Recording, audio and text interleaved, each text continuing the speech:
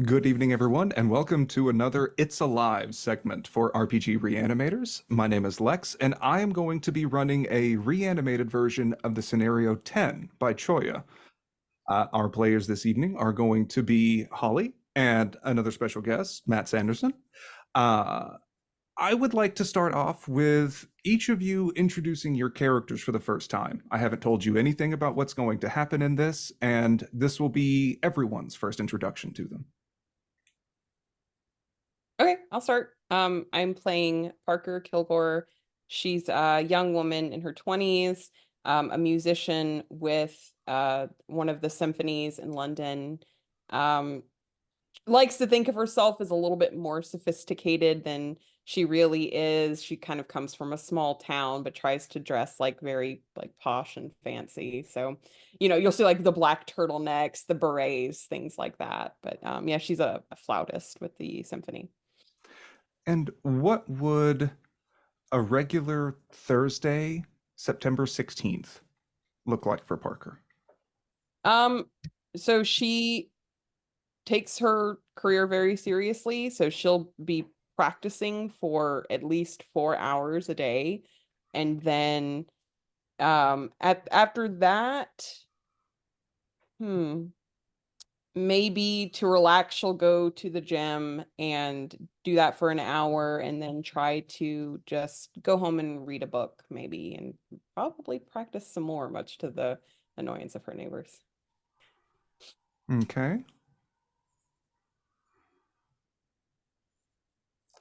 So it is just a Thursday, much like any other. You get up in the morning. Do you make your own coffee or do you brew it? Do you brew your own coffee or do you get Starbucks? You order out each time. Um, no, I think I'm a coffee snob. I like homemade espresso at home, the whole big machine that's way too expensive. And Mm-hmm. yeah. Okay. So you can make your homemade espresso, and I imagine that you are the type that wakes up ungodly early, able to get to the conservatory, if that's the right word, wherever people practice music, uh, before the college and kids and everyone else happens to show up. You're used to having the entire space to yourself, and as you get on the bus, take your way over there, and you're playing, you tend to lose yourself in music and the hours tend to fly by. Mostly it is you stop whenever people start coming in, whenever more people, especially like the university classes, tend to start around 8 a.m. So you're trying to get as much time in before then. Then you may move to another location. Mhm. In this case, you play for a relatively short amount of time, maybe 30 minutes to an hour or so. And in this dark conservatory, you hear of another door shut. Looking around, the room is still dark, dimly lit. You hear some footsteps. Is this like a solo practice room I'm in, or maybe like a large space for I'm multiple imagining that you may musicians? take the large space first and then move into a Okay, solo yeah, that practice makes room. sense. If I hear footsteps, I'll probably just keep playing. I'm assuming maybe someone's going to join me, and I'm going to finish up this piece I'm working on, and then maybe pack it up after that. Mm-hmm. I'm a little annoyed, but it's like, well, let me just finish what I'm doing here. Sure. And as you keep playing for a short amount of time, you hear the door, a different door, open and shut once again. Do I hear footsteps walking away? Like, is this person now leaving, or is this another person coming in? It sounds like a person is leaving now. Oh, thank God. Now I'm getting comfy. I'm like, all right, let's keep going. Finally. Maybe they didn't want to Yeah, interrupt my space. exactly. And so you can keep going. And then, like clockwork, shortly after 8 a.m., the doors open once more. And this time you hear it more with the chattering of excited music students. Yeah, yeah. I don't know, excited, maybe kind of overselling that a little bit. And then you can move into a solo practice room, finish things up for the next few hours. After this, I assume you're also the type that packs your lunch, probably some kind of very nice and neat bento and Oh a yeah. protein shake. You can go to the gym, and you pick this gym because it's a little further away from the university and there's not as many college dude bros hanging out. Hmm. But unfortunately, there always tends to be that type of male demographic. Mm. So as you are working out, maybe on the treadmill or the elliptical, you happen to notice like there are a few more lingering male gazes. And just like kind of seeing it, pushing it out, trying to focus makes your skin crawl just a little bit. And then one seems to be a man who is taking selfies and like, kind of flexing his arm a little bit, Yeah. I see those except people. you notice a flash goes off from the back of his phone, and it Okay, was so he's pointed not he's taking conspicuously pictures towards you. front. Okay. Yeah, all right. Well, I'm gonna go ahead and get off of the treadmill. I've maybe only been on it for a few minutes, get a little annoyed, but I've been wanting to work on dance a little bit, and I have some tapes at my apartment, so I might just throw in the towel at that point, go to the shower, clean up, wash up, and go back to Sure. my place. And since you live in London, I'm assuming that you don't own your own vehicle. I don't know. You No, have your own espresso machine, no. so maybe. Take the And tube so, everywhere. sure. And you can pick up an Uber from the gym. Matt, tell us about your character. What are they doing on an average Thursday, the 16th in September? Right. Lyndon is I suppose, a psychiatrist to be the more mainstream version to describe what he is, whereas a more specialized version of that would be called a deprogrammer. This is someone who helps put together people again that have been broken down, indoctrinated into cults or other such weird organizations and groups. Uh, Not so much of that really happens over here, but it does happen occasionally. So it's only a kind of niche thing that comes up for him very rarely. So the most often type of work he will have is kind of therapy sessions with folks that have been referred to him probably from the NHS. He probably works for an NHS trust, which is vastly underpaid, understaffed, and overworked. So yeah, he's probably just working from sun up till sundown with the little bit of a break for lunch, and yeah, just generally stressed most of the time. Okay. And I imagine Lyndon's regular days are almost just a polar opposite of Parker, being very neat, meticulous, clean, and organized. Lyndon probably hits snooze just maybe a time or two and then groans as he drags himself out of bed in the morning using the same crappy Mr. Coffee plastic pot, probably getting a healthy dose of BPAs along with cream and sugar in his cup that he makes in the morning.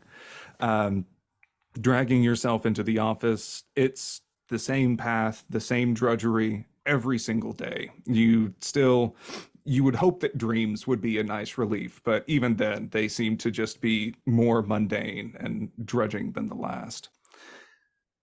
You see some patients, and you feel like NHS must be slipping a little bit in terms of the criteria that they're using to try and recommend people to come through for deprogramming and whatnot. As sometimes you get people that maybe have kind of invented some stories or made things up that are worse than they are, as you can tell that they really needed something else. They needed to talk with someone, they needed someone to listen to them, and basically they needed just a therapist. And then there are others that almost seem to get, well, one in particular almost seemed to get a kick out of this. And as you kept asking questions, they kept asking probing questions of you. And they kept asking, would you ever hurt another person? Well, that's not a question for me. That we're here to talk about you, not me. I understand. I understand. I've done some things, but I need to know, do you think you could if your life depended on it? It's like the trolley problem, but worse. You understand? Oh, yeah, I know that trolley What problem. if your mother's life was in danger? There would be a lot of factors you'd have to bring into play here. You'd have to, a lot of context you'd have to outline. Who's the person I'm hurting? How am I hurting them? Why am I hurting them? How is this going to save my mother? Is this a guaranteed outcome? There's an open-ended question like that is you can't answer that without knowing the context of it, and the context is going to be a very, very complex thing to dig into. But would you ever hurt your mother, Renee Davenport, if maybe your life depended on it? I think we're probably going to, looking at his watch, I think we're probably finished for the day about now. Sure, of course. Slaps his knees, gets up. I'll be looking forward to our next session. And you may kind of like look at your sheet, take their name, Charles Dunford, and put like maybe some exclamation marks and never contact again. Or if you have a blacklist or something, then like, no, they seem to have some unhealthy stalkers around here. He is going straight on that list, right to the top. And you can sort of thrown off your game a little bit. You can work your way through the rest of the day. Ultimately, it's you finally get your brief respite for lunchtime. Do you pack your lunch? Do you go somewhere to try and get away from the office for just a minute? I think it's cheaper to go to the canteen because they'll be subsidized. They'll be fairly cheap. But the main thing is it's quick food. The longest bit about it is standing in line. As soon as I have the food on my plate, it's then promptly inhaled, and then straight back to my desk afterwards. Okay. And what is your spot hidden skill? Ooh, 55. I'd like you to roll on it just real quick. Okay. That's where my dice will betray me early on. Let's see what happens. Crit fail. What a surprise, 85. So no. Okay. So you can get your tray. Nothing is very out of the ordinary. In fact, today is exceedingly ordinary. And as you inhale your lunch, make your way back to your office, I feel like you maybe should have needed another cup of coffee. Always. The next thing that you really notice is in this blackness floating, there seems to be a surging, throbbing, almost like a tidal wave of pain and ache starts to flood up to your skull as your nervous system is aware enough to start interpreting all of these screaming signals from the rest of your body. You can I drank decaf again, didn't I? Oh. It's cold. Your back is creaking as you try and move around. Your muscles are straining. Your fingers and toes are almost numb at this cold, rough texture underneath. And as you finally open your eyes, you're blinded for a second by something almost a whitish blue. Parker, you blink your eyes awake. The last thing you remember was getting in the Uber. But this isn't home. It's dark in here. And as you blink, your vision, sort of foggy, begins to coalesce into a clearer picture. You can see long neon shadows cast about the ground. And you're looking at a person that is sprawled out on the wall. Wait, no, that's not right. You're looking at them, at their face. There's blood that's sort of dripping out their nose, crusting. That's when you move your hand and they move the same. You're looking at your reflection, but it's wrong. And that's when you can move your hand back and you feel that your head is crooked at a 90-degree angle. So, reaching up, your bones creak as you finally move your head back up, and pain is still surging through your body as well. And as you sort of let your eyes adjust, you can hear some shuffling and maybe some groans echoing in a close room off to your side. But what immediately catches your eye is this bluish light, the source of all of these shadows. It's a rectangle, it's square, it's something on the opposite wall, and there's something written on it, but your eyes still haven't come into focus yet. All right, so I can move, right? I'm like trying to gain my bearings. I'm like patting my pants down for like my phone. I'm kind of freaking out internally a little bit. Like, You're wearing your workout tank top and essentially like the yoga pants and your running shoes still. Your gym bag, your phone, your possessions are nowhere to be found. Lyndon, you can maybe pat your pockets. Your pockets have been turned out and empty, and the belt has been removed from your pants. And do I see Parker? Yeah, as you're moving your head around more, you're both hearing each other shuffling about and groaning in this room. hello, is someone there? I, I think I am, no matter how much I don't want to be. Uh, I hate these stereotypical questions, but where the hell am I? I don't know. I was getting into an Uber. That's the last thing I remember. An Uber. Ugh. I just finished lunch. I don't. Where are we? We can move around, right? We're not Yeah, restrained in any yeah, way. as Okay. you maybe with less aches and maybe with less aches and pains than Lyndon, I'm assuming, you can stand up and see that you are in a relatively small room. The walls seem to be maybe 15 feet on each side, square, flat, industrial concrete. The ceiling above you is about 9 feet off the ground, and it's mirrors that have been placed all across the top. The floor is also poured cement that has a slight slope with a drain at the bottom, about yay big, and some dark, rusty stains around it. Lyndon, I don't know if you were still staying on the ground as you seem to be in a little bit more pain than Parker may be, but now you can finally see an image of a young woman sort of coming into this bluish light.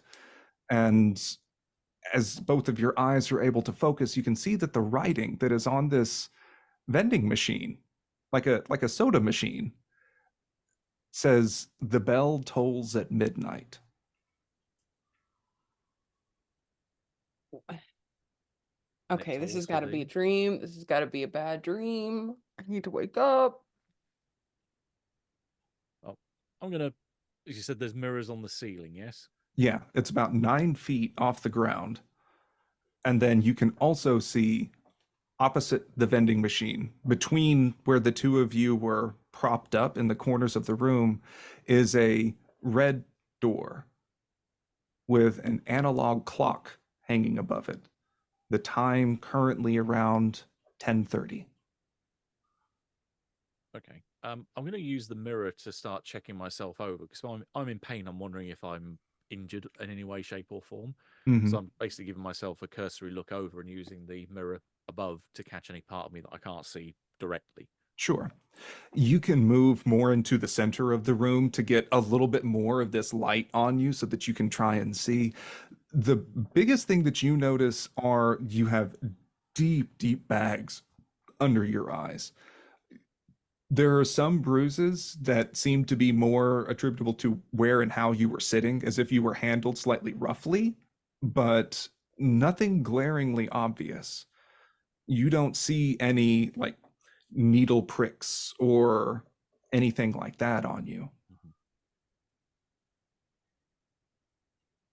Okay, so that's probably something in. Must have been something in the food. I knew beige was never a great food to eat. That's how we know he's not American. Well, what? My parents warned me about this. They said, go to London. There's creeps. There's people that take advantage of me. This is like a movie. This is like that movie. What was that movie? Saw?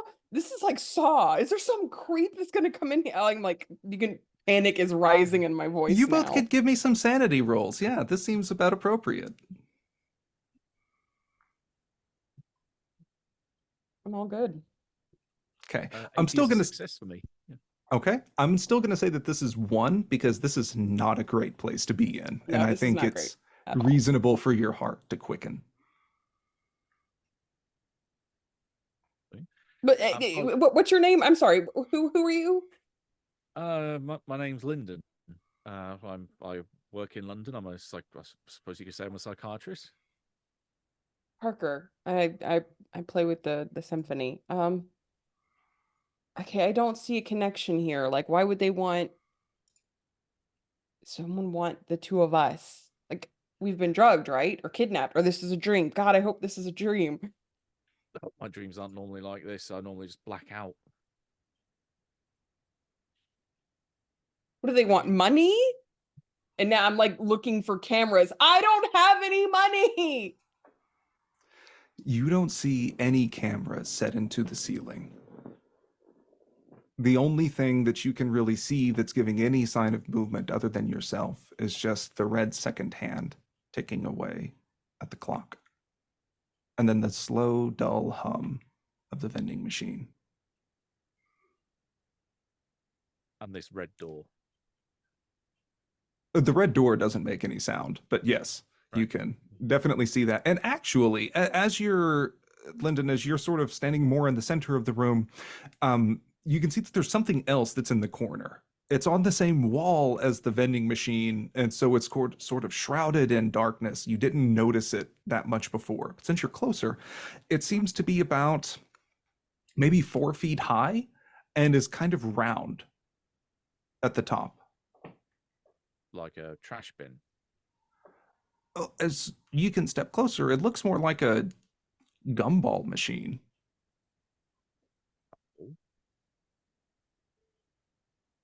The dome of it has been painted black from the inside.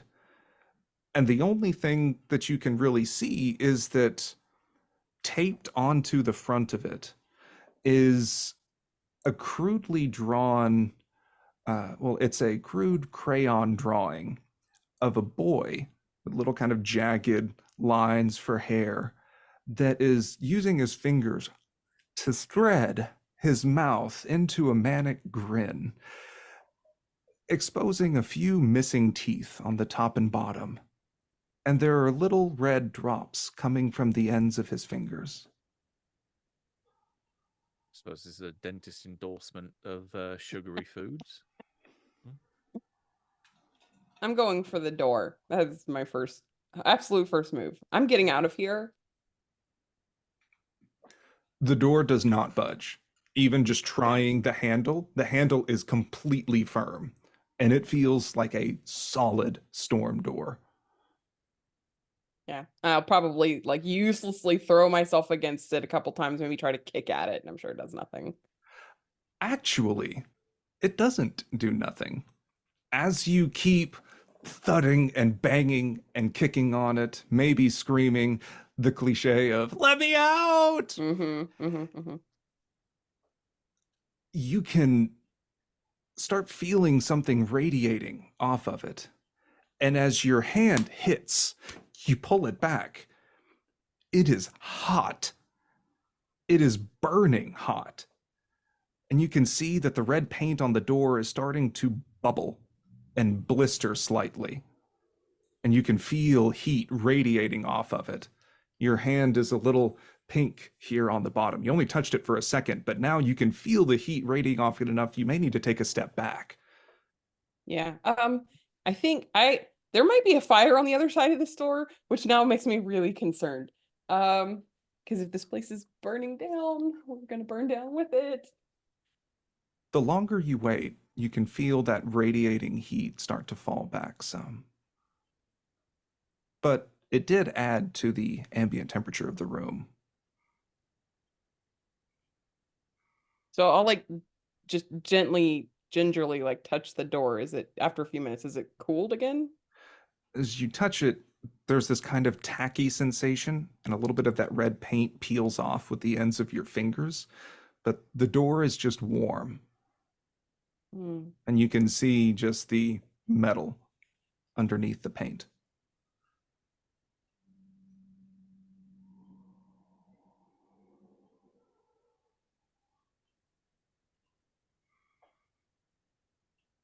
You said you're a psychologist, right? This isn't some weird bullshit experiment, is it? Well, if it is, I haven't been told about it, and this isn't the kind of thing that the NHS would run. They haven't got the funds for even the vending machine, so this definitely isn't them. So I'm gonna go to the vending machine. So I'm assuming you said that the text about midnight, it's like on the display instead of like Coke, Pepsi, it says that on like the large Yes, display. it's essentially the large display has been mostly scrubbed off, and so there's just Mhm. kind of this bluish light that's emanating from it, and then it looks like in maybe red paint someone has spray painted "The bell tolls at midnight." As What are you the soda options? Sure. So checking through the options, it looks like the little plastic tags where normally there would be the soda logos, they've been replaced with strips of paper and just writing in all caps in Sharpie.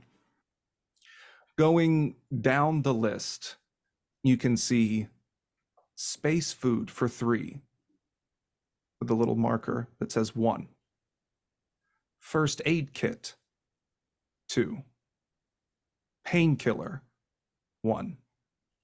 Sleeping pill, 1. Knife, 2. Pistol, 2. Key, 10. And where the buttons would be next to all of these little paper icons is actually hollowed out. It's a little hole. It's about the size of a quarter. And then as you lean in, you can see there is a dull red glow of a button behind each of these holes.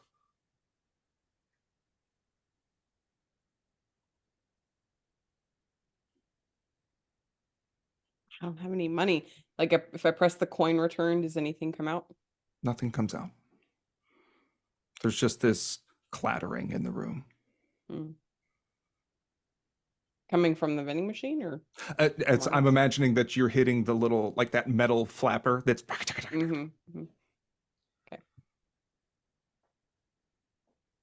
And then And there's a Lyndon. gumball machine. Sorry. Yeah, Okay. that's fine. As you may be sort of standing and looking at what the fuck is up with this gumball machine, you can also see that the coin slot seems to be slightly modified post hoc.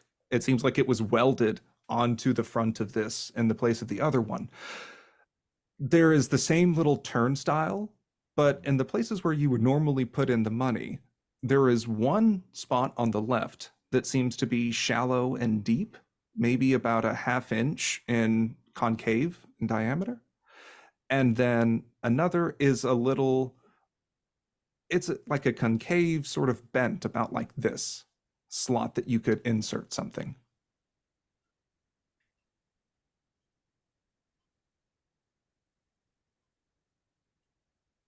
This is where a visual handout will be really helpful because I'm having a bit of trouble visualizing what that's supposed to be. I will look as confused as I am about it. It looks like a slot, like one looks like almost a divot where you could place something small, maybe a little bigger than like a pencil eraser. And then the other slot looks like it would be some for almost like a bent coin, just slightly concave like that as you're looking down at it. Well, I think I know where the first one's going, considering the picture, and there's no way I'm putting teeth in this thing. I'm going to search the rest of the room to make sure there's nothing else we've missed, because otherwise I would have missed this thing in the corner. So I'm just going to go literally around each of the walls and look to see if there's anything that's either kind of scratched onto the concrete, on the floor, on the ceiling, and basically do the complete circuit of the room, looking for anything else that's relevant. Of course. You can go ahead and give me a spot hidden, just because it is very dark in here. You're honestly having to go a little more by touch than by sight. 42 is a success. Nice. Just a regular. Okay. So by sort of running your hand along the wall, not unlike a certain Charlotte Perkins Gilman character, you can see that this room is completely bare. It seems like there might have been like sheetrock or something on these walls, but everything has been stripped out. The flooring is poured cement. The walls are those cement panels that are essentially put up and fixed. There are no places for purchase or egress. There are no plugins that you can see. Any light bulbs that would have been on the top, they seem to be covered by this mirrored ceiling, because you don't see any places to even put lights, and you think that it's a little lower than what a regular ceiling might be. And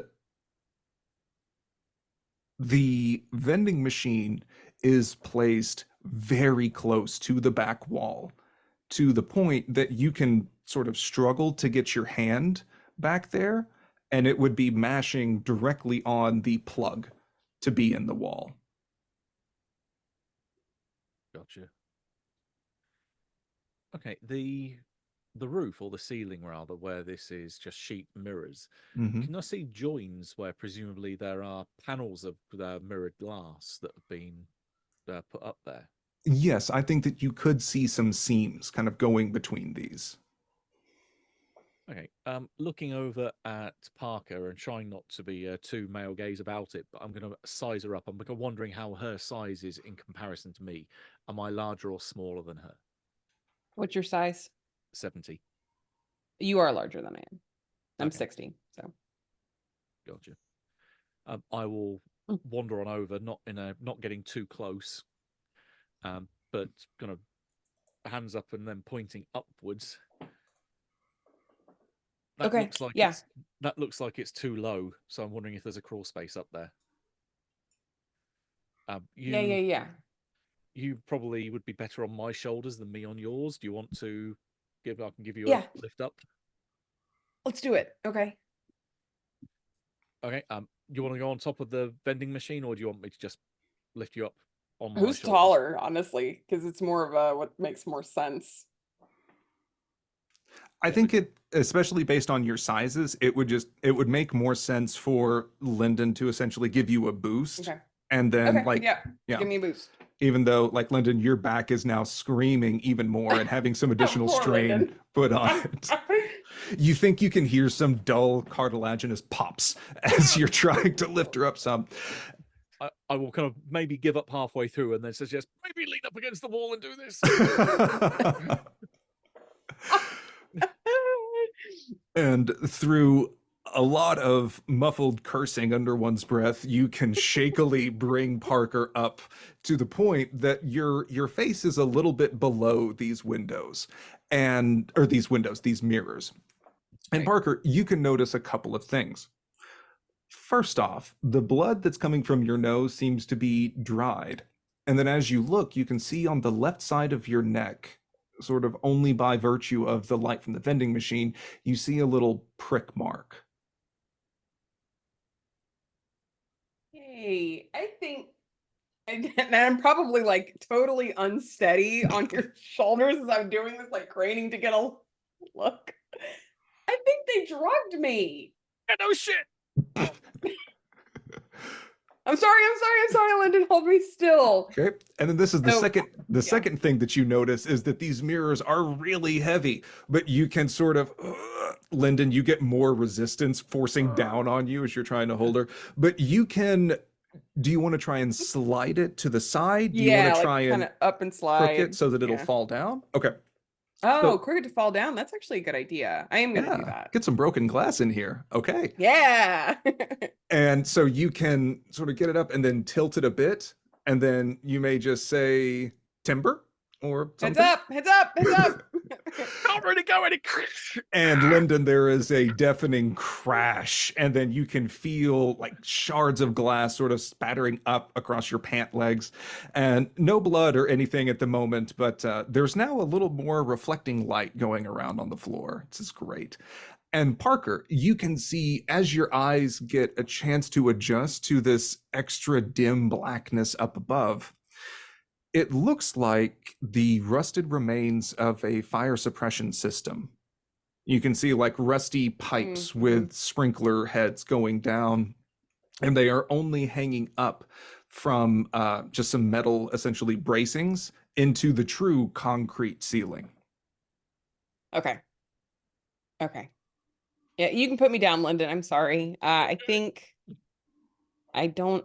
I mean, like, look, it's not like, you know, well, I mean, I There's guess we could cameras up there. try to, if we could get up there, right, and get, I doubt that mirror would hold our weight, though. If it's not like a ceiling, there's not like an actual ceiling there. More wondering if there was like cameras up there, or if there was any entrance to air vent or anything. I didn't see anything like that. It just looks like that. It was really Fire dark, and the true sprinkler. ceiling was only like a couple of feet above where this mirrored ceiling is But inserted. the true ceiling just looks like concrete. Yes, it does. It looks like the same poured concrete. Julie. Little mildew you can sort of see from your little bitty gap that you made.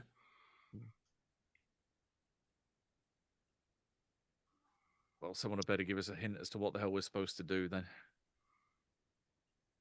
So the gumball machine, if I turn it, does anything come out, or is it like needs a coin? You can turn it and nothing happens. The only thing that you see is the little boy spreading his mouth with missing teeth and what looks like blood coming from the ends of his fingertips. Can I push it over? See if the glass breaks in that and get into whatever's inside It's of it. bolted to the ground. Oh God, damn it. Okay. And then Lyndon, oh, go ahead. Sorry, go ahead.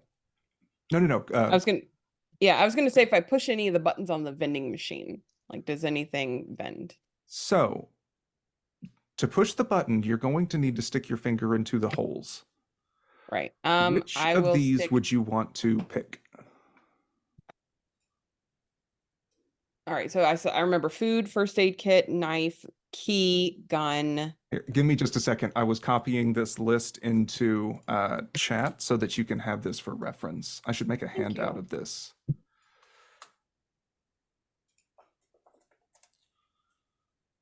Whoop.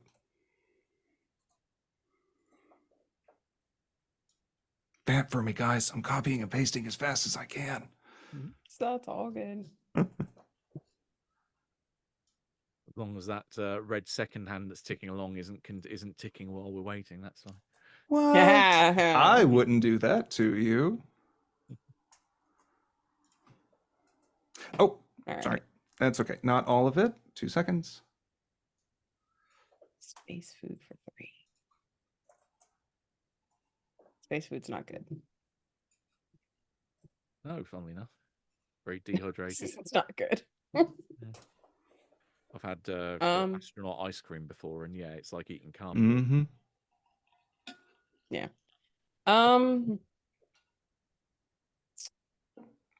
You gotta stick your finger in it, which Holly doesn't like that, but Parker probably doesn't know any better. So, shards of glass on the floor. Maybe one of those can poke it. And I should say the numbers next to each of these are a little kind of like the red counters, the digital counters. Okay. I feel like I know what is going to happen. But that's okay because Parker doesn't. What's the time on the clock? The time is about 10:50. And it was, remind me what the text said, something about at 12? Midnight. The bell tolls at midnight. The bell tolls at midnight.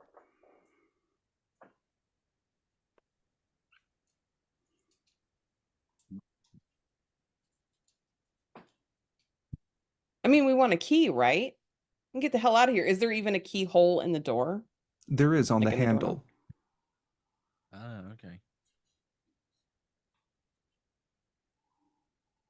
that seems like an obvious choice, but something tells me that this isn't obvious. Whatever they're doing here. 10 what? I don't have any money. I presume it means like a counter to say like 10 available. Oh. 10 keys then. I mean, Let me guess, the 10th one is going to be the one that finally opens the door.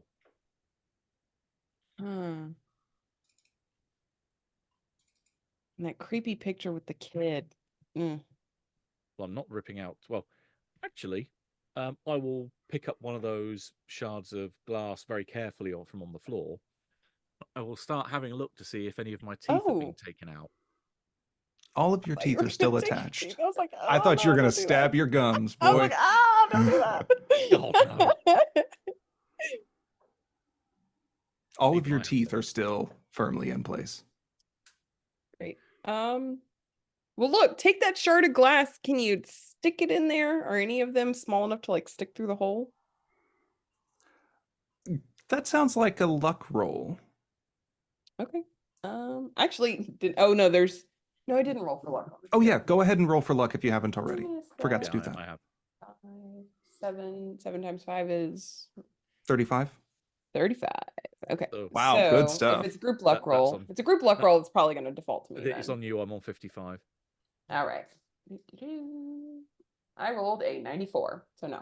Okay, so that's the thing with glass is that most of the pieces were either like big sort of triangular shards Tiny. Yeah. or little fragments, but there's not something Yeah. that would be like an icicle you could try and poke through.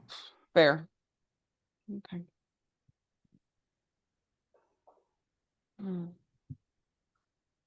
I mean, I think we got to pick one of these, right? I can't. Gumball machine's not giving us anything. Not yet. Which one should we pick? I have a feeling that, as you say, key, but being 10 of them, it's going to require that it's going to be the last one that finally opens this thing. I mean, what about? Actually, now that we're here, London, do you have? Look at this thing on my neck. I think this is where they. Injected me with something. I will go over, and if you're happy with me having a Yeah. close look, I'll go over and examine it. Yeah, you can see that the skin is red and welted up, slightly traumatized, as if someone did hastily jut a syringe into Parker's neck. Yeah, that looks like someone gave you a COVID shot in the wrong place. Well, do you have that too? I will invite her to have a look at my neck. He does not.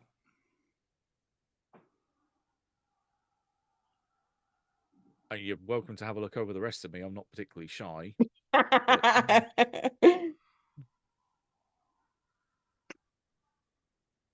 I suspect it was something that was in my food for lunch. Okay. Because I did feel pretty damn tired after that, but then that's kind of a normal state of being. You feel a cold pit kind of twist in your stomach is like, yeah, you do feel like that's probably what happened.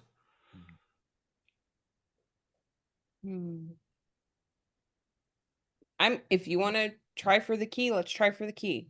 Just get the hell out of here. Okay, although I really don't like the kind of that cigar cutter shaped hole. Okay.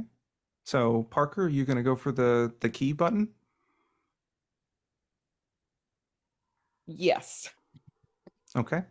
So you can sort of like lean down and see that there is the little red button that's glowing at the back of this. And you can reach in, I'm assuming with your index, and try and go. And as you can feel the little bit of resistance as the button presses against the back wall.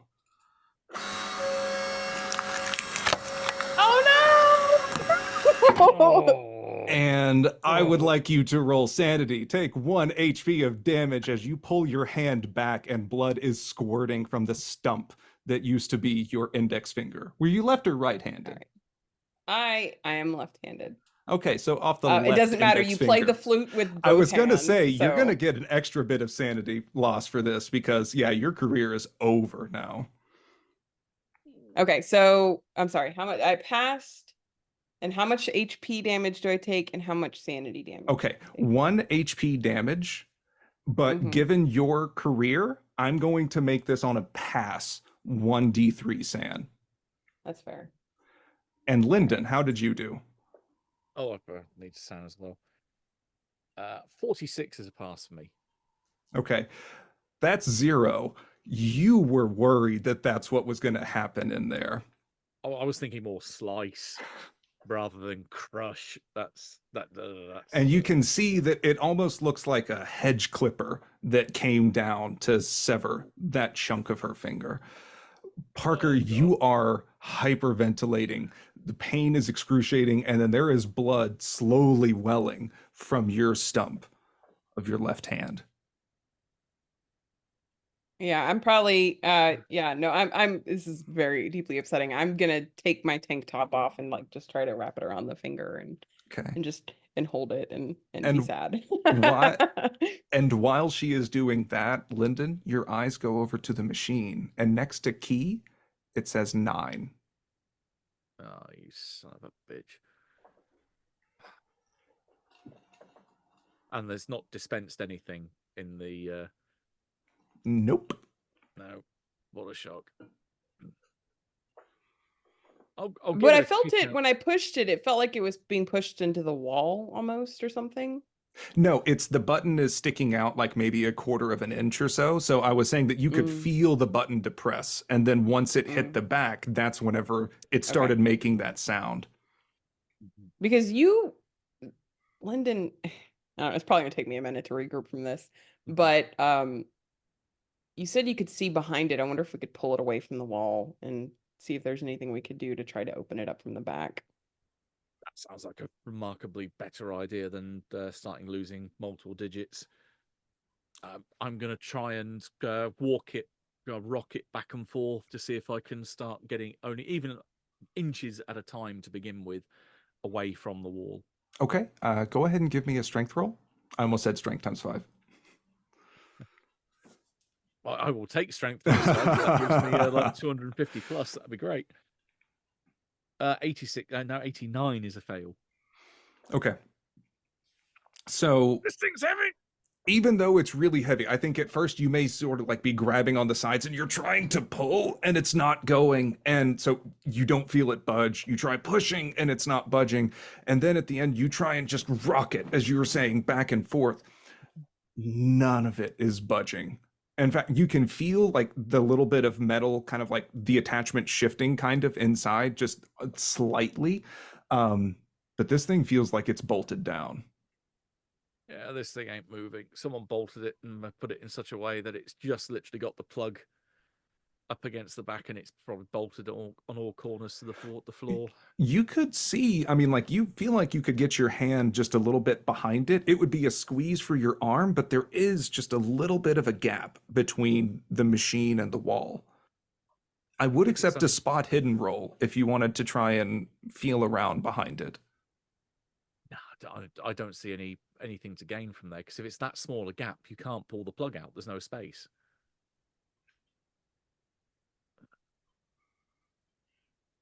I'm certainly not putting my hand behind there after seeing what happened with putting hands in small places. Oh, boy. I will also give you a little bit of information then, where I assume that you may have needed to put your hands sort of on the front and back. Mm-hmm. The back of the machine was not warm, as would be common for a refrigerated vending machine that would have a compressor producing some heat in the back. Yeah. That's odd. So it's not got refrigerated goods in there. Mm-hmm. I mean, it definitely has power from the lights on it, and you can hear sort of a dull humming, but that's not coming from a refrigeration unit. Oh boy. Parker, how you doing over there, big guy? Not great.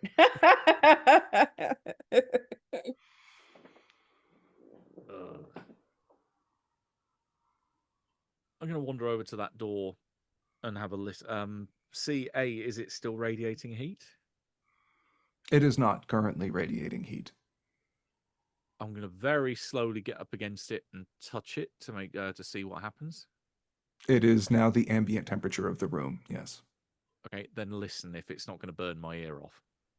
Okay. So, listening to the door, you feel like there might be very faint sounds. Like it's almost to the point that you need to sort of still your breath, slow your heartbeat so it's not thudding in your ear. And you can't be sure, but it sounds like that there may be some kind of an ambient sound on the other side, just sounds of the city. But then it's more overwhelmed by this groaning flowing through the pipes, almost as if like all these rusty pipes are flooded with pressure. You can look up above you and almost like sort of trace where the pressure is building across and seems to have now saturated across the ceiling. Oh boy. The clock is now at 11 p.m.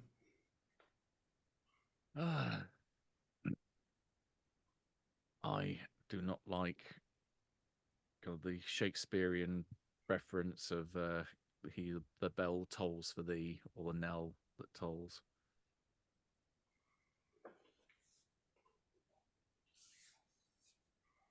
Well, what do we do?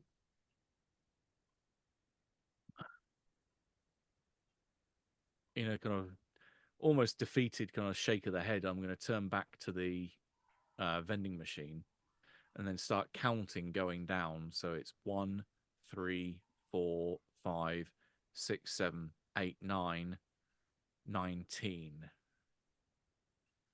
And we've got 20 between us. We don't need all of them, right? Like, we just need a key. I just want to get out of here. I just want to go home. Yeah. We don't need food. If we're going to die in an hour, we certainly don't need food. No, I get that. Oh boy. I have a feeling we're going to need one of these before the others. Well, yeah, probably the painkiller. Yeah. But the gumball machine. What about the gumball machine? It's something about removing teeth to get a gumball. That's my interpretation of it. Yeah. I don't You even think can't I can't literally rip my tooth out with my hands. I can't do that.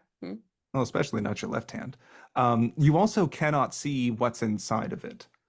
If you can like potentially hit, and it feels like it's made from like a sturdy plexiglass, but you can hear several things, like a lot of plastic on plastic that's kind of rumbling around. I don't know if any of you would have been around like gachapon machines, but it sounds more, it feels more like a capsule machine. Yeah, I know what you're talking about. I know what you're talking about. I think I get what you're going on. It's not gumballs inside. It may be a commemorative toy. It's like those things that they sell. They have at airports where they have like disposable toothbrushes that you can chew on. Yeah. Kind of, sort of, yeah. Which would be ironic considering it's talking about losing teeth. Yeah. I have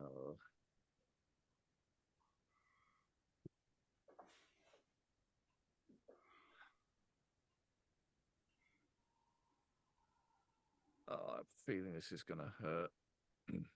And the place with the divot and the weird coin slot, that is, where is that exactly in the room? It would be on the front of the gumball machine. Okay. Oh, okay. Yeah. I see. And now let's not play coy. That's a slot for a tooth and a slot for a fingernail. Of course. A fingernail. Right. Little red drops on his fingers. Of course, that's what it's getting on about.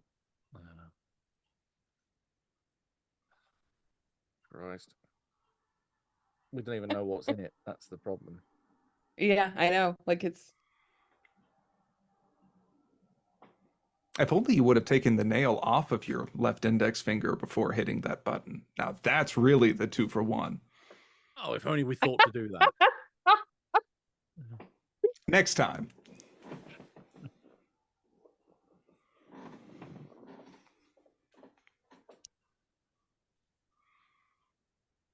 Do you think there's any value in trying to get the rest of the glass down? Like if there's something else that could be up there? More chance of self-harm at this rate with more glass Yeah. around. How high is the, like if I was on, so when I was on Lyndon's shoulders, how high above me was the fire suppressant system? The fire suppressant system would be, if the glass ceiling is around 9 feet, or the mirrored ceiling you can say is around 9 feet, then maybe the fire suppression would be closer to like 9.5 or 10 feet. It was more that the mirrors are sort of just obscuring this fire suppression Yeah, system. I understand that. I think with both of our sizes, we're probably combined total, the two of us, there's a little over 10 feet, maybe not 12, but maybe like 5.5 to 11, 10.5 to 11 feet. I'm wondering, there's probably not any, like I have this image in my mind of taking like my tank top, which has been wrapped around my hand at this point, and like looping it over the fire suppressant system and like pulling. But I don't know that that would gain us anything other than a mess or nothing at all. And then I've lost my shirt. Like if it's just a bunch of like kind of thin tubing. And from the groaning that you heard, it sounds like that fire suppression system is now under pressure. Okay. With only 54 minutes to go. Yeah. I'm suddenly thinking that now I know why there's the drain in the floor at the far end. As you look, you can see that little bit of Parker's blood snaking through broken pieces of mirror and hitting the drain. I'm gonna look over the drain pipe and see if there's anything down there. I'm not looking with my hands. I'm looking with my eyes. I'm looking with my hands. Oh my god. Lex, are you okay? That was a well-timed shock. Yeah, it's scaring myself even. I don't know, my desk just did whatever. Everything is fine here. There is that sort of that brass metal grate over the drain, but even just trying to take the mirror and reflect any light down there, like you can't really tell. It might be something if you wanted to take a lot of time to try and unscrew the grate and then see with your hands. How well that's going to work.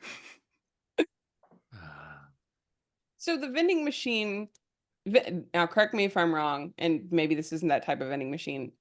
Because I know modern vending machines now, they kind of have like the glass front, but some of the older ones, they kind of had that like bowed out plastic. It is the bowed out plastic front.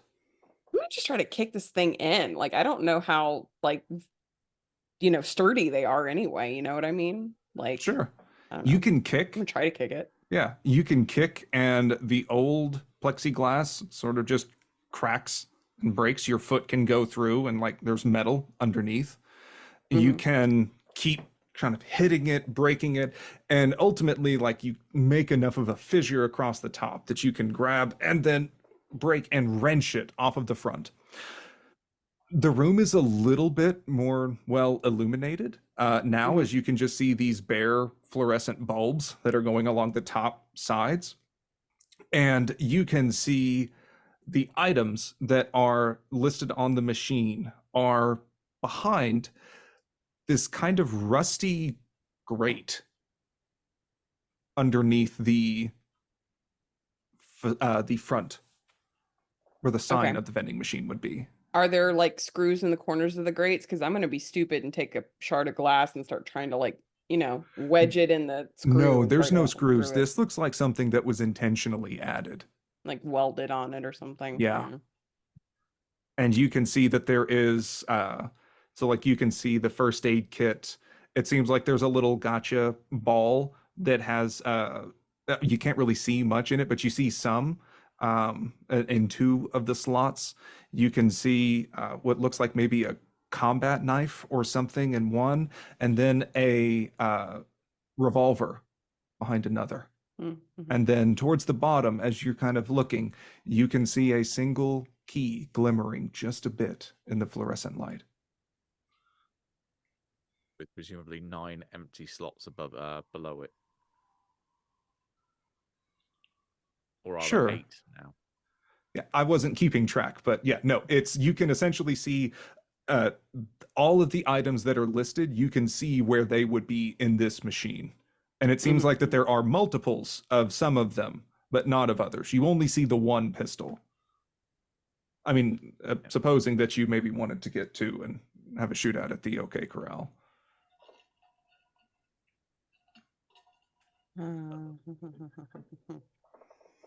Um, I don't see a way out of this without losing stuff.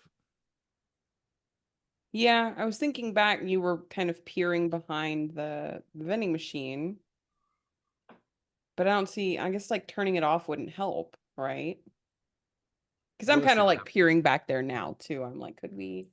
The worst thing that happens if I was some sadistic fuck that was doing this, if I hit the reset button and pull the power off and turn it back on again, it resets all those numbers back to their start value, which would be like, hey, you've now got to lose another 10 digits to get a key.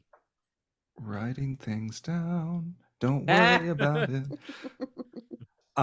As you're looking with the little bit of more, the little better lighting that you have in here now, since there's not that bluish obscuring those bulbs, you can look in the back and see that there's sort of the mechanics of the machine, and where the plug-in would be on the wall is sort of connecting, as you can just look for where illumination is going down the side. But it seems like there's also something that's kind of jutting out at an odd angle that's taking up some space.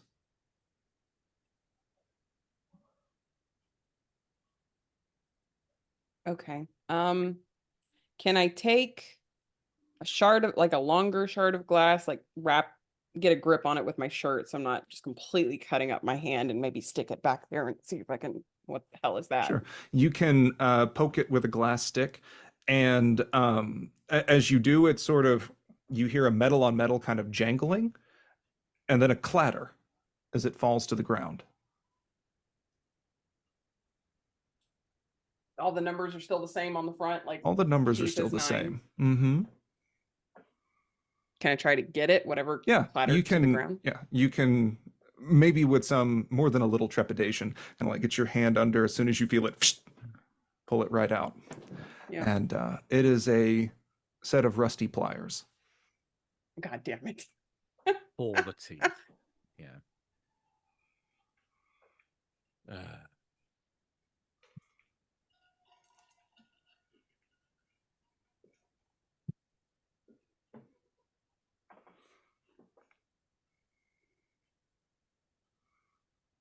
What instrument do you play?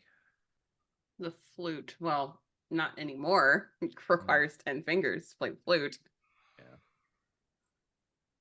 Why do you ask? I was wondering who has more of a use for their hands. I mean, like at this point, literally my career is over. I will have to find something else to do.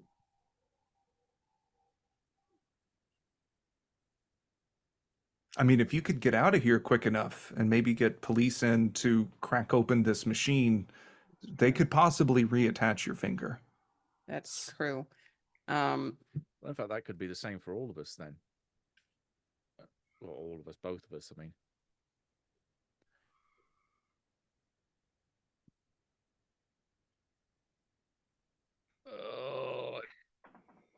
Okay, I'm Do I think- going to be a pain in your ass, Lex. If I'm looking at the shards of glass and I'm trying to see the odds of me being able to like take those big pieces and like, you know, using the pliers, using like my foot and leverage, kind of whittling it down to a smaller piece that I can just shove in the hole, try to press the damn button. Okay. You can absolutely take some time to do that.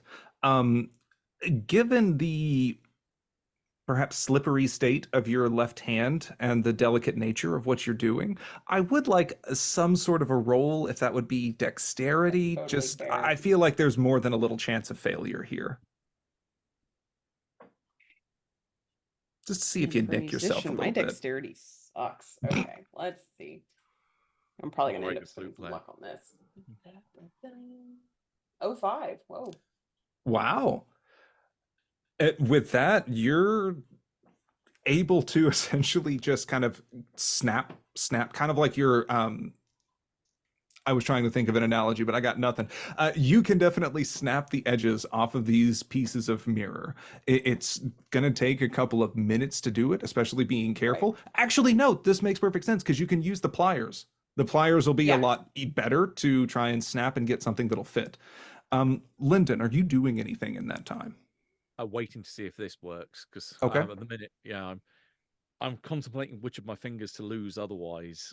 Okay. But yeah, if this works, that's even better. I mean, we're And gonna lose this piece, but we'll see if it actually works. So sure. And so you can take this long, narrow piece and point it into the machine. I don't have a sound effect that has the sounds of broken glass churning around, but as it does, you get that. yeah. Oh, And then there's Yeah. just a little bit of like a shards hitting on metal, and then it opens back up. The timer does not move. No, it was worth a shot. It was worth a shot. I appreciate the ingenuity, mhm. Yeah. but it's almost like whoever made this is a sick fuck that knew people would try and cheat the system. We're not cheating. We're just being inventive or. Sure. I know this is going to require the painkiller, so I think I better get that first. Bye, little guy. I can see your mouth moving, but I can't hear anything. Yeah, I thought that you were trying to mouth something quietly for comedic effect. Nope. Still nothing. How about now? Yes. Yes. Yay. Okay. So, is there any value, Lyndon? Do you think there's any value in trying, especially if you're already going to lose your finger? Do you think we should use the fingernail and see if there's anything of value in that gumball machine? And I grab those pliers first. Mm-hmm. Like, I'm not even looking. I'm like, can't look. I can't look. I Yeah, would, as you're doing this, I would like a sanity roll. Yeah, no shit. Both of us. I feel like I need to make a sanity roll too. Absolutely. I will never say Yes. no. 81 is still a pass. I passed it. Wow. Okay. No. Yeah. No, I failed. Okay. So in this case, because I feel like it's not something that a normal person would do, that is going to be a 100% no. 1 on on a pass for Lyndon to do it to yourself. And then Parker, you're like trying so hard not to think of it, but whenever you hear Lyndon go "Ugh," as he's trying to rip it, that's whenever you lose another point of sanity. And with these rusty pliers, I hope you've had your tetanus shot, as you can get them clamped just on the end of your fingernail. And shaking, you can see a bloody pulp attached to a very narrow bit of fingernail. Scary thing is, I as a player know what that looks like because I've had toenails removed. So It is not pleasant. no, I am not looking at that, but I am now looking around a shard of glass probably up on the ceiling. I'm going to turn the other hand and pull it back as far as I can, and I'm going to go for one of the back teeth. Parker, do you want to try to help him with this? It seems like he may be struggling a bit here. No. We have to do both. I thought it was one or the other. That's like literally my interjection. Like, wait, I thought it was one or the other, Lyndon. Again, sick fuck. I'm thinking whoever wants both, but I will check to see the machine. Is it? I'm not going to put the well-earned nail in there yet, but I'm looking to see how this thing works. You don't see any indication, but based on your experiment with the finger and the glass, if it's not going to work, then it's no harm, no foul. I'm more thinking that it's going to take the fingernail and then go, oh yeah, you've given partial payment. No, sorry, you're going to now do full on the next attempt. God is saying to try it out. I thought it was just one or the other. Yeah, but God is not on our side, as evidently Hey, shown by the I'm fact we're rooting in for here. both of you. I Where want is both your of you to God live. now? Not Oh. even by an idea roll. I think it might be a one or the other situation. So it is one or the other. Yes. Yeah. Oh, in which case, put a nail in. Okay. And by maybe shakingly, you may have to like kind of press to get it to fit all the way in, and then you can. And as you hear the sound of simple machines and plastic kind of rolling down, I would like you to roll me a d12. Oh, the most unloved of dice. Mm-hmm. 10. Okay. As there's a little, as it seems to be hitting on the little metal trap door on the front, you can lift it open and see that there is a plastic capsule that contains as you pop it open, it contains a bullet Oh, fuck you. I'll for a throw it. 38 revolver. Well, it didn't say it was gonna give us a bullet when it said it'd give us a pistol. Yeah. Like how we need a gun in the first place. Look, I know you were going for the. What time is it now? Like, I'm constantly looking at that clock. It is 11:20, about I'm guessing. 11:20. Yeah. Look, I know you weren't thinking about going for the painkiller. I think we might need to push through with the adrenaline and just get the damn key and get the hell out of here, right? Like, why waste another finger on a painkiller? No, I get it. Okay. Oh, I just hope this works. Nailless pinky goes into the hole for the key again. That's an awful sound. I hate you, Lex. And yes, you can also roll me sanity. Take 1 HP of damage. Ow. I'm failing my sanity again, so. Parker, I think you're good. You don't need to necessarily take sand for Okay. this one. This will just be for poor Yeah, Lyndon. Yeah. 52 is a pass. Okay, that is still going to be a -1. Down to 80 already. Oh. Oh, poor thing. I've got more sand than I've got fingers, for sure. When you have less sand than fingers, even when you have all your fingers, you really should be worried. Oh, God. And looking at this, I presume the counter ticks down to 8. Yeah.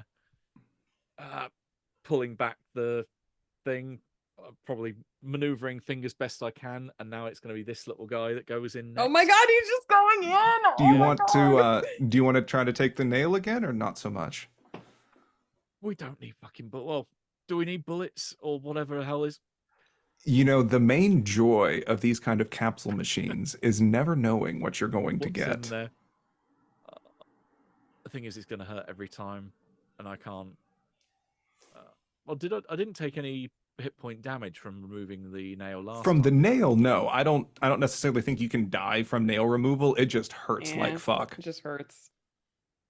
But case, yeah. Parker, actually, on that note, I would like you to subtract another HP, as you're losing a lot of blood and Yeah, I feeling am kind of losing blood. woozy. Woozy. I think There's we need nothing- to. Yeah, I think we need to act. Act quick. Okay. You want to do the Again, ring finger? Yeah, it's going to be the ring finger. But I'm wondering, do we even bother with nails for that machine, or do we just plow through and get this key? If it's just a fucking key, if it's a fucking key, then maybe we just get the key and get out of here. Okay, ring finger.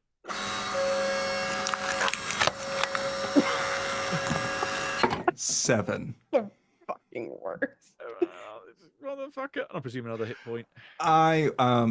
So I would like another sanity roll for this. Actually, well, never mind. We'll get to that next time. We're also going to do one more hit point, as this is a combination of a second finger and you're now bleeding profusely from Traumatic your right blood hand. loss. Yeah. It's you're feeling a little woozy here. I'm feeling a little woozy here. Wobbly on my feet. We really might need that first aid kit after all. Oh, I really want to watch Scream now. Oh, no, I'm thinking plow through this as quick as possible, and hopefully it's going to be. Yeah. I'm not gonna let you do it on your own. I'm not gonna let you do it on your own. I'm gonna take some of it too. We should at least do half and half. Like, sorry, my left hand I can pretty much live without moving it or using it. My right hand's the one that I ideally want to keep. In goes the. In fact, I will throw it the finger before I put it in, and then jam it in as hard as I possibly can. Just screaming, "Fuck you!" And then, like, maybe going a little slower with that one, drawing it out some more. I would like another sanity roll as you're attempting to do it. It sounds like you're pushing yourself through, but I want to see how much this is eating away at you. 26 is a pass. Okay, that's going to be a D2, San. Ooh, okay.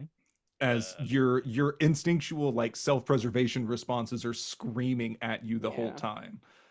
That'll be 2. Okay. So down to 78. Love to see it. Hit point.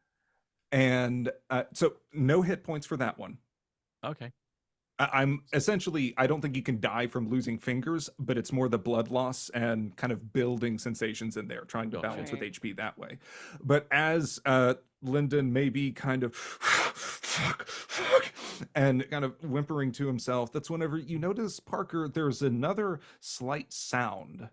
It's this. What the fuck is that? And that's where, amidst the shards of mirror that are glittering across the floor, you can see these slight bits of steam are coming up. Like from the floor? No, from something dripping on the floor. Oh. So it's like really hot water dripping from the fire suppressant system. You may look over and see that the parts of the mirror are almost melting. As parts of very this hot are. water. No, water wouldn't do that. That's right. acid. And that's whenever Acid. you're standing nearby and there is another drip you can see. And you can see its smoke is kind of coming up from these We gotta melting go. We bits. gotta get out of here. Not waiting. I was gonna throw it the finger. That one now. One more time for the crowd. The malice is still there. Punching it with the other hand and I throw the thumb in on the after that. Now this is a question. You said that you're punching it with your other hand? Yeah, maybe in a frustration, banging it, punching it. Where are you punching? Probably the side of it. Okay, you're fine. Yeah. Nothing to worry about here. Okay. And then in goes the thumb. All right. We're down to 4. And just go. Go sit down. Go sit down. Go sit down. Thank you. Yeah. I'll just slump against the wall. And with no first aid being administered, Lyndon, I would like you to roll me a D4. Okay. Because you are bleeding from every digit of your hand. Former digit. Wow.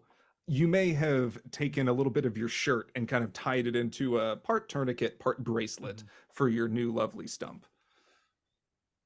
Parker. Okay. I'm going to be a little more judicious than Lyndon. I'm not going for all of one, but kind of like halvesies here and there so that maybe I can salvage something of this situation. I mean, who once it's uses all their done. pinkies, really? Flautists use their pinkies. Well, so as a former flautist, I don't know necessarily how much you'll be needing those.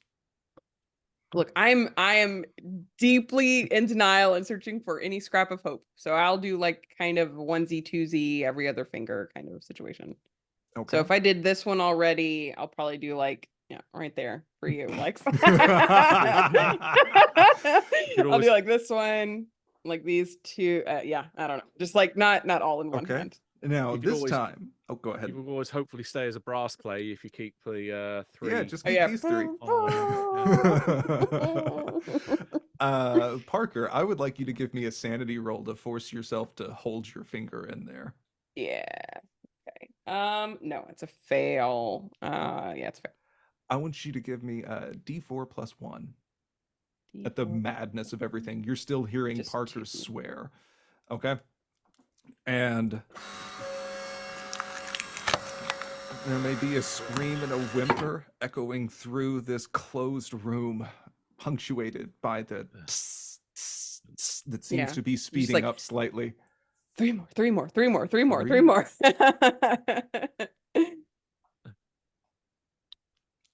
Are you just Also, going to keep I get the pushing name of through this on there? scenario now. Yeah, I'm pushing through it. Yeah, you get it. Okay. Go ahead. You no san on this one, but I will ask for a D3 HP as you are. I'm not going to play the sound this time. Okay. So take another HP of damage. Mhm. 2. 2 HP. No. It's there. The counter says 2.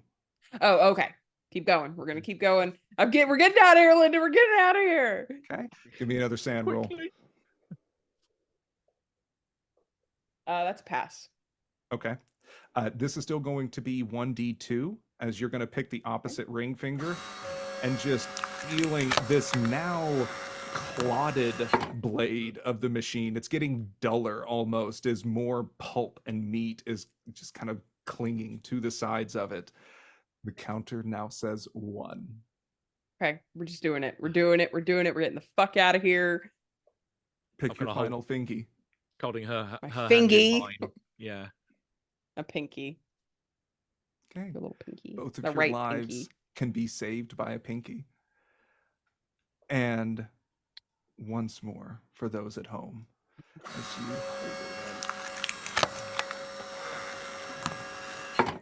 as tears are welling in your eyes and you hear this sound of the tss, tss, tss, it seems to be speeding up almost as more pressure is building, or maybe the pipes may not be holding so well. There is a metal clink hitting the bottom. Let's go. Get up, Lyndon. Get up. I'm reaching for the key. Well, if you're able with your missing alternate Yeah, digits, I mean, trying to reach for the key. I've still Oh got yeah, one yeah. fully You get the working key. You hand. have a whole hand. Yeah, Okay. with my dominant remaining intact hand, grab it and hopefully it works. Yeah, I think that you can grab that. It seems like your more intact hand won't be quite as slippery as perhaps Parker's little ketchup Covered in stained blood and fingies. Yeah. thumped. Yeah. And I would just like essentially for both of you to give me POW rolls with penalty dice to Ooh, see Okay. how well you're being able to hang in there as you're losing a lot of blood over the past hour and a half. Can we spend luck on this or no? Sure. Then I will spend the 9 points of luck to make sure that it is a success. Okay. You, Parker, you feel yourself, your vision is getting kind of blurry and slipping, so you slap yourself. There's some red Yeah. marks going along the side of your face. But you can stay in the game. If it wasn't a penalty die, I would have had 01. Otherwise, I have to go with 41, which is still, that's a hard. Hey, but I kept you from getting an extreme, so Yeah, I well, you still got me feel good away about from a that. crit. And all right, so you both can trudge across the room. Thankfully, you both still have your shoes on as you're stepping over this clinking glass that is breaking and tinkling. You can step over the drain that is now gathering more and more of your blood as it has dripped across the floor. Shakily putting the key into the slot on the storm door and turning it, and it opens. Hopefully. Yeah. You Now we hope there's immediately, not another room. and that's whenever you see another vending machine. No. No. You are immediately hit with a wave of cool moisture as this rainy, sickly sweet smell mixed with car exhaust almost washes over you. The first fresh air that you have breathed that is not tainted with this metallic blood that is filling the room. There's a set of Can't be in London. steps up above you. We can't be in London then. There's no fresh air in this place. Nah. Comparatively fresh, I should say. Yeah, we're So, going. I'm getting out of here. I'm just grabbing Lyndon. We'll grab relatively. I'm like, let's Yeah, go, I'll let's say, go. take a hand and take her up. Yeah. Okay. Both of you shakily clambering up the steps of this. They're wet and a bit unsteady. You're trying not to touch the ground with your hands for sanitary reasons and making your way up. The first sound that you hear is a car horn. And then the second is someone vomiting as you poke your head up out of this narrow concrete stairwell. It seems like you're in an alleyway with sickly sweet smells of food rotting in dumpsters nearby, the slightest bits of rain pitter-pattering across your face, washing some of the blood off, and then a man in a business suit is vomiting to the left of where you're coming out of the alleyway. Presumably doesn't look familiar. Does not. He does Okay. look very drunk, though. Okay, getting the hell out of here onto the Hospital. presumably onto the main Hospital. road. Nearest main road. hospital. Yeah. Okay. I would like both of you to roll me another D3 for blood loss. Ooh, 3. Okay. Where's that putting both of you? 8. I'm at 6 out of 12, which is half. Does that mean I need to make a con roll? Yes. That is a pass. 04. Okay. I'm on 8 out of 13, so I haven't right. reached half yet. Both of you clamber out onto this busy street, people holding umbrellas, talking amongst themselves, as you may be kind of bulling your way through, trying to get to the hospital. Are you asking for help? Are you doing anything? Are you just silently trudging, trying to find the nearest Do hospital? we know where we are? Because if not, I'd probably just start asking people for help. Aside from you, people are speaking English, that it sounds at least like you're still in London, or at least in the UK, as you're hearing English accents as people are Yeah. talking on their phones and whatnot. It's a crapshoot if you've been to this part of the city, but Right. it seems like they didn't move you too far. Okay. My gut reaction is no Londoner is going to stand and help you. They're more likely trample over you if you found yourself on the ground. So I'm going for the nearest taxi. Yeah, that's a fair Mm-hmm. assessment as you sort of make your way through, and people are just looking at you more in terms of disgust but not taking any grace to step away from you, as you may lift your good hand up to flag down a taxi. The door opens and you realize that you don't have a wallet. I don't care. Okay.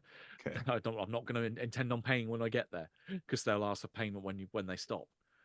Okay. So that's shit luck on him. He's the one that's going to have to deal with it. So I would like both of you to narrate your trip through the taxi and to the hospital to get treatment. What are you going to do after this? You seem to have escaped. I think Lyndon would have to drag me into the cab because that's how I ended up where I was in the first place. So there's going to be a lot of like, no, I can't do this. I can't do this again. I can't do this. And we're not you gonna may even walk have it. to just like straight up drag me into the cab.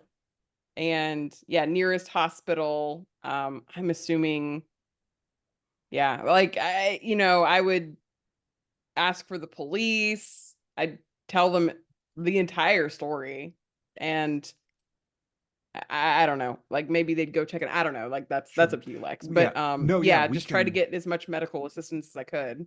Absolutely. You can get in the taxi, perhaps ditch your fare as you get up to the emergency room, and then both of you spill out as the driver is shouting, waving a fist angrily at you.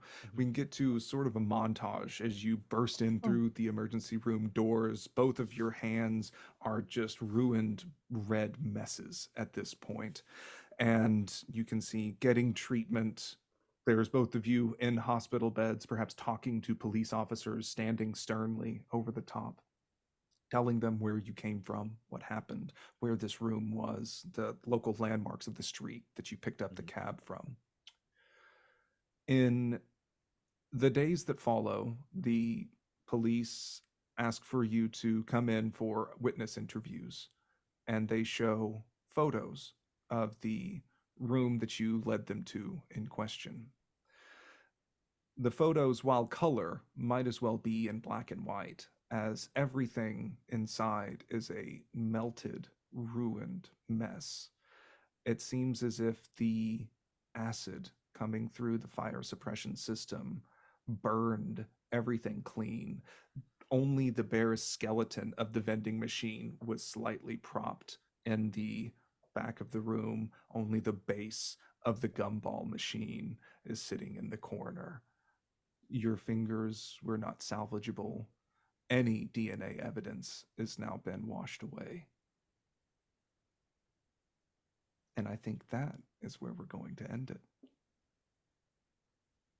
There are Damn, some brutal. fucked up people in the world. Very Fall of the House of Usher of you by the end.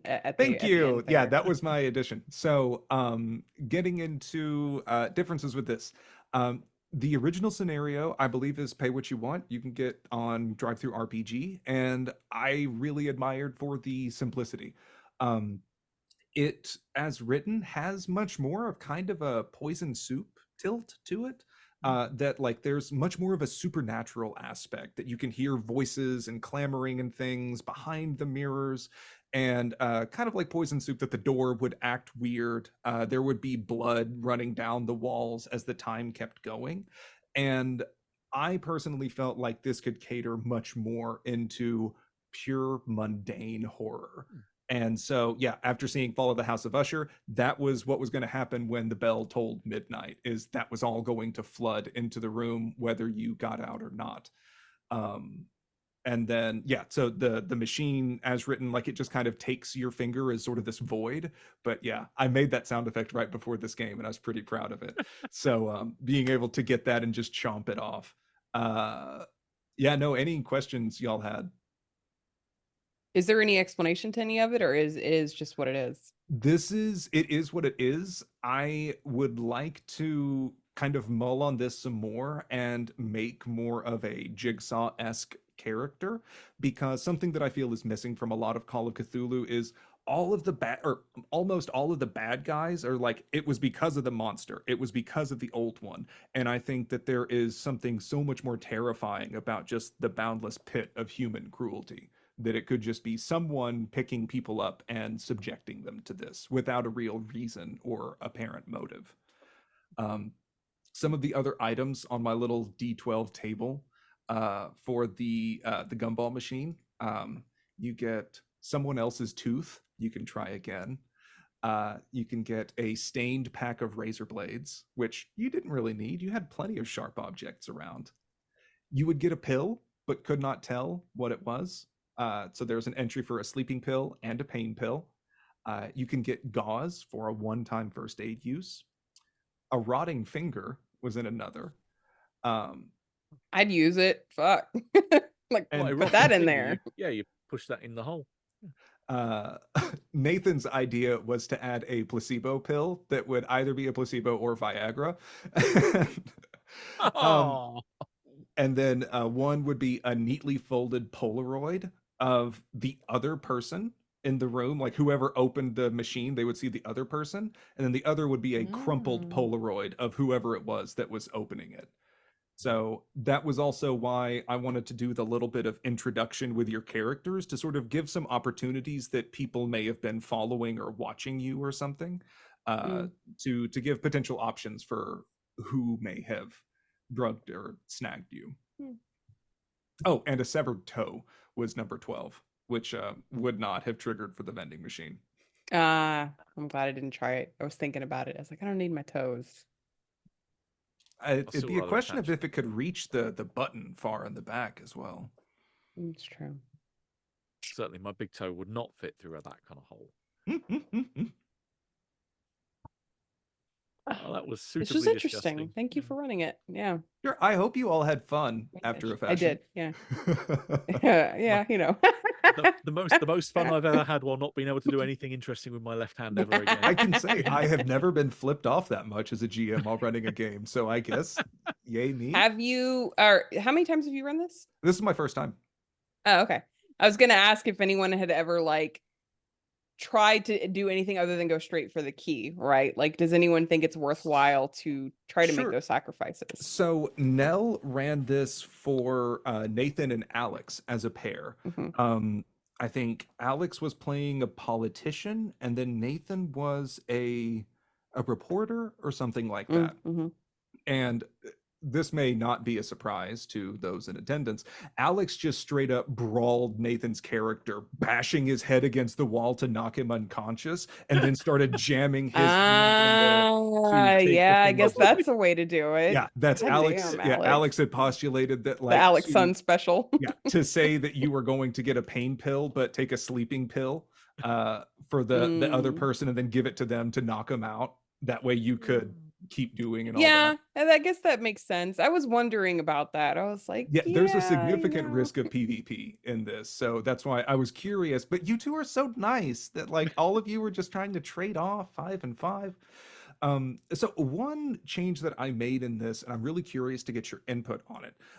As written, the HP damage is really nasty for the fingers. It's like a D4 each time, and like you can easily die before getting to it. Yeah, But I don't feel like think that y'all that's didn't realistic. I didn't feel like y'all got hurt that much, and I also feel like your sanity didn't get hit quite as hard as I was wanting it to. So curious your thoughts on there. I feel like you could probably ratchet up the sanity more, because like it does feel like super horrifying. But yeah, I agree that the physical damage itself, like, Yeah, not the super physical, realistic I to was have it doing all that essentially like constantly. every other finger would be Yeah. at like an HP. And then after a significant stretch of time, if you had not done first aid, I was Right. taking additional damage from blood loss as you were getting woozy. I thought about hitting your POW rolls some more. And like after this would require some kind of a tracker, I don't know, but like potentially trying to do a POW roll with 2 penalty dice to stay conscious. If you're not treating this, you are going to go unconscious, but like not be at risk of death because HP is a weirdly abstract stat. Yeah, rather than power would have made it con. Oh, that's fair. Yeah, That's similar fair. thing. I always think in terms of like mental willpower, but yeah. But yeah, I think the other alternative would be like a hit point per finger, because most characters are going to have at least 9 or 10 hit points. So then it does ratchet up the danger, especially if you've got fairly low HP. Are you going to be able to do all of it or enough of it? If you split it between 5 and 5, yeah, that's probably half of your hit points and half of someone else's. But I think adding the blood loss factor in there definitely helps to ratchet up the kind of worry of, no, you've got to do this quick and you've got to get medical assistance as soon as possible.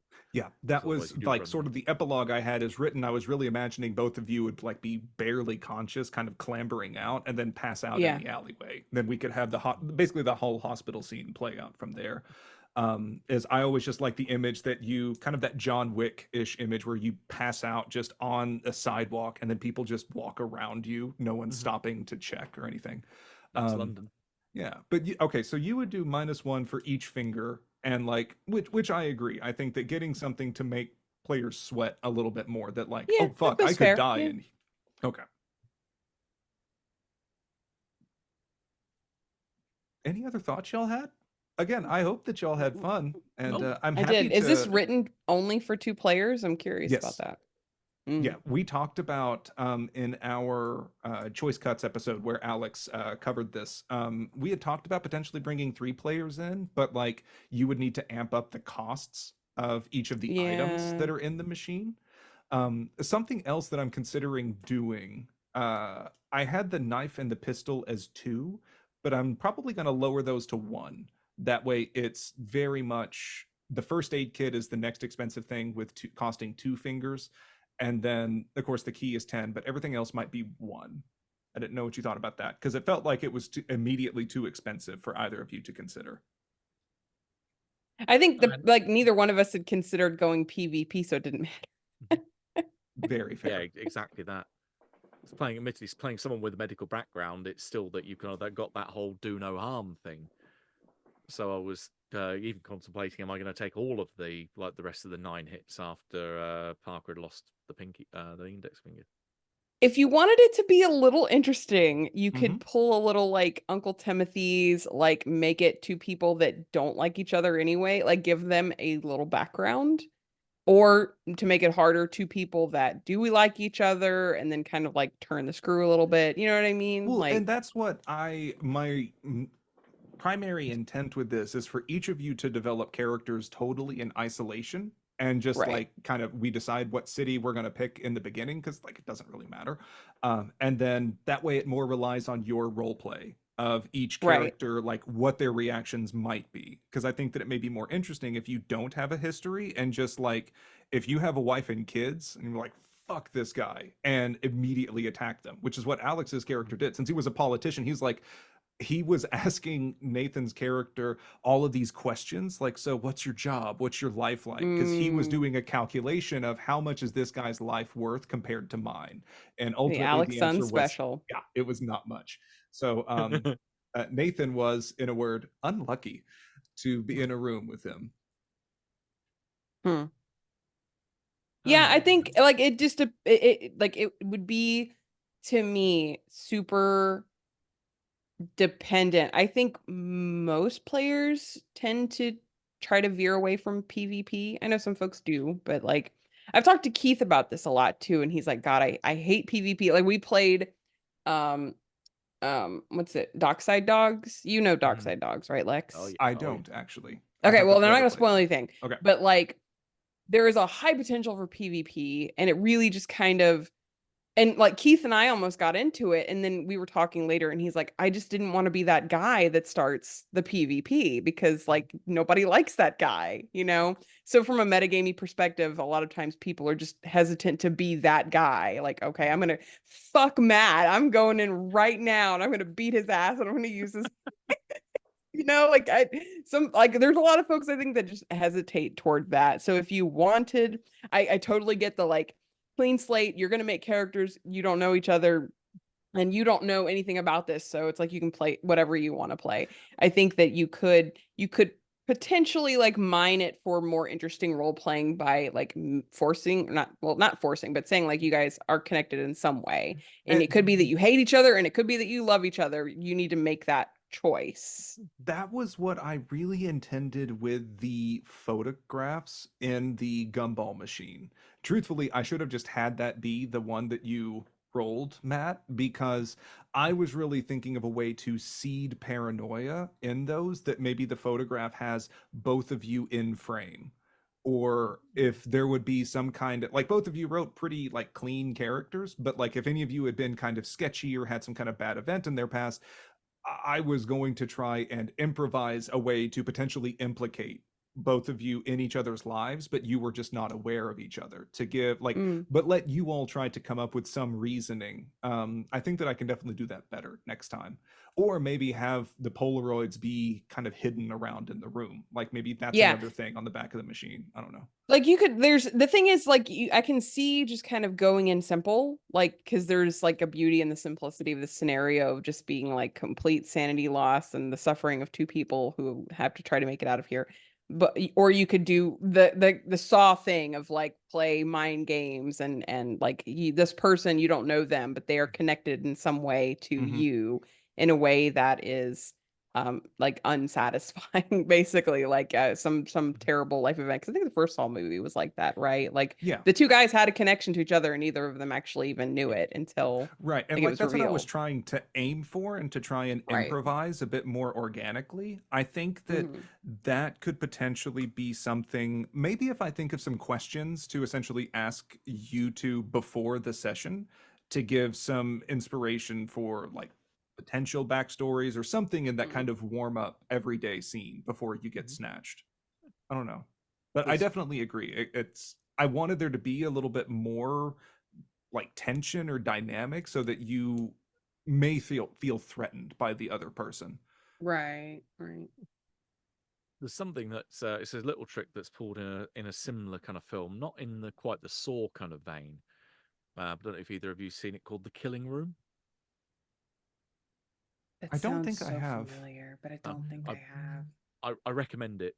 The premise is that you've got this slowly whittling down group of people that are brought in for a psychological test. They fill out a questionnaire and they get like $50 at the end of it, and then they're off. Except the person who's conducting the test gives them that spiel, shoots one of them in the head, and then walks out. one of the things that they find is that they're not the first people that have been in this room. That as they work along the walls, kind of feeling their way, they find that there's lots of very disturbing messages that have been scratched onto the wall that they can only reveal when they put the like the blood of the person that's had their brains blown out. They're going to wipe it on the wall, and that then reveals the messages that are there. That's something that maybe you can throw that in, because when you describe the fact I'm kind of wandering around feeling more than seeing what's Yeah, I felt like there could on have the been something walls. extra I did there. That was, yeah, I was just more thinking of this as just like a pit of despair that, like, Mhm. trying to find, because you were both desperately trying to find some kind of egress to escape, and just more showing it's like, this is just a concrete tomb. I just think it might be that when there's that ominous feeling that you're Yeah, not but maybe the like there's first people in fingernail here. scratches that you touch or something like that. That would have been a great detail. Yeah, a bit like the fingernail scratches in Ooh, I the could have side given of the you a well free inside the fingernail that mouse. way. There you go. Yeah. And then the first finger, the first one that you put in there is the gumball that has the crumpled up photo in it. Oh, I like that. I am taking notes there. I kind of I'm struggling with the gumball thing because I guess ultimately I don't see the purpose of it. I think it's just there as an added dynamic. It's also one Mm. I didn't, when I was listing through the contents, I was listing the novel ones, but like you can get a couple of fingers out of the gumball True. machine. So Yeah, if you that's were fair. going to play that game, like I know that was when Alex was attacking Nathan, he knocked a couple of his teeth out and then tried it and managed to get a finger out of the gumball machine. Okay. I just added a bunch of options and made it into a D12 table instead of necessarily just making it narrative what you get. Yeah, I'm trying to discern, honestly, because like Matt and I, and I'm wondering other people's experiences. I know you only have like Nathan and Alex to go by, but like Matt and I kind of, I think, simultaneously came to this conclusion of like we just need to rush this and like lose 10 fingers and get the fuck out of here. Mhm. And I'm wondering if there's, and like we were very untempted by pretty much anything else, because it's like that is the clear path forward, is like I need a key, I need to get out of here. So I'm trying to think of a way to kind of make the other options more tempting, but I'm not really sure. I'm not sure, like it's like, why would I, if I know I need 10 fingers, why am I going to waste another finger on literally anything else? You know what I mean? Yeah, and I think I I think that I can emphasize that more in future runs. My next run that I'm gonna do for ITD is gonna get Tom and Morgan, because that is guaranteed PvP heaven. But making all of the other items one finger, and as Matt, like amping up the like 1 HP damage each time, and the blood loss, so that it could be like, 'cause I really wanted to say, if you don't get the first aid kit to do some kind of a roll on this, you are going to bleed out. You both kind of just like completely speed ran through it towards the end, Yeah, so that became less of an issue. But like I was going to keep ticking away at your health until you'd got actual treatment which for makes it. sense. Yeah. Because like that one is at least one thing, but another one is I have the astronaut food is just, it was such a random thing that was, it's in the original writing, so I have that it can work as a one-time first aid use for the finger, that like you can basically Mm. put like the freeze-dried ice cream sandwich on the stump and it would work to seal it up a bit. That was just my random note, but Yeah, yeah. yeah. Strawberry scented wounds. Oh well. And Matt and I just get Yummy. along too well. I was like, I'm not, but I'm like, I'm in the Keith Craig camp. I don't want to be that person that starts PvP, because nobody likes that person. Mhm. No, likewise, I'm not in that camp either. So yeah, we were very much, we were aligned from the start that we weren't I going to mean, be and going down the that thing route. is, like, I really, if you think about it, right? Like, I could have played it differently, because it's like I've obviously been drugged. You have not. What if you're a part of this whole thing? Oh, I should have And amped that paranoia up too. yeah, Yeah. but then you lost a finger, and I was like, well, fuck, I guess this guy's probably not in on it if he's losing fingers. Um, yeah, I really like that yeah. though. Maybe in setting up people's like their initial vignette before they come here, make it seem like Hmm. one was drugged and then one is just having a regular day, and then you both wake up. And so it's like one Right. very clearly was not drugged, or at least seemingly was not. Yeah, yeah. You'll have to tell me how it goes with Morgan and Tom. Tom doesn't veer toward PvP overly Have much you been either. In fact, I watching think their he Impossible dislikes it. Landscapes run? I have not, because of course not. I don't want to spoil it for myself, Lex. Maybe it's different with. Oh, absolutely fair. I'm sorry, I forgot. Likewise, I haven't played it either. But Okay, well, but maybe it's just a difference between Tom playing Call of Cthulhu versus Delta Green. Tom is Maybe so, incredibly yeah. kill happy in Delta Green. That's fair. And I have played with Tom and he's like that. But yeah, because like I remember playing Bedlam Hall with him and he was like he didn't want to engage in any of the people. He's like, why were we doing this? Mhm. So, and I get it. So like some people it's just like I'm not gonna do this. yeah, but I feel pretty confident that Morgan's going to at some point betray Tom. Morgan is the Scorpion. because that's just what he does. My yeah. nature. Yep. Morgan has betrayed me in several Call of Cthulhu campaigns, and to the point where it is a running joke between the two of us that we always seem to be lesbian lovers, and he always betrays me. This has happened at least 3 times. It's becoming a trend. Well, anyways, I guess that's going to be it for us in this session. I hope you two enjoyed it, and I hope anyone Yes, that's thank you, Lex. watching This this was out very in the ether. interesting. Thank you. Thank you very much. And hope you all have a great day. And I need to think of an outro for these videos. Thanks for listening. Be sure to check out the RPG Reanimators podcast for horror scenario reviews, interviews, gaming discussions, and more.